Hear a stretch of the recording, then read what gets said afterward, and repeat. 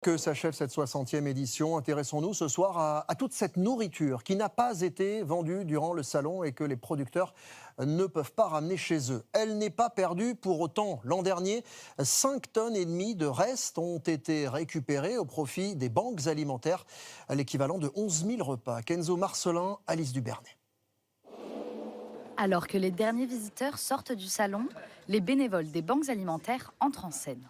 C'est parti, on va récupérer les fruits et légumes à la tour Eiffel, donc fruits et légumes d'Interfell. La tour Eiffel, c'est elle. 5 mètres de haut pour 2 mètres de large, remplie de 360 kilos de fruits et légumes. Là, on a la butternut, le poivron, des poires, des clémentines, donc fruits et légumes frais. Qui auraient pourri en quelques jours. La Fédération des banques alimentaires vient 3 fois pendant les 9 jours de salon, avec un objectif, récupérer de la nourriture sur tous les stands qui le lui permettent. C'est à peu près entre 5 et 6 tonnes de produits que l'on récupère à la fin du salon et qui sont des produits de très grande qualité et qui nous permettent d'améliorer ce qu'on va redistribuer ensuite aux bénéficiaires de l'aide alimentaire. Le lendemain matin, c'est l'heure de la distribution.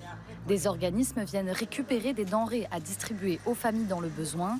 C'est le cas de l'association Au Petit Plus. On va faire la distribution à partir de normalement demain. Donc ils vont avoir une bonne surprise d'avoir du bon produit. Voilà. Et des produits naturels, tout ça. Mais pour la banque alimentaire, cette opération a aussi un intérêt à long terme. Au-delà de cette collecte ponctuelle, ça nous permet aussi de rencontrer nos partenaires, donateurs, les fidèles, et puis de créer de nouveaux contacts pour essayer de trouver de nouvelles sources finalement de dons réguliers pour le restant de l'année. Car si le nombre de bénéficiaires ne cesse d'augmenter, les dons sont en chute. Entre 2022 et 2023, ils ont baissé de 10%.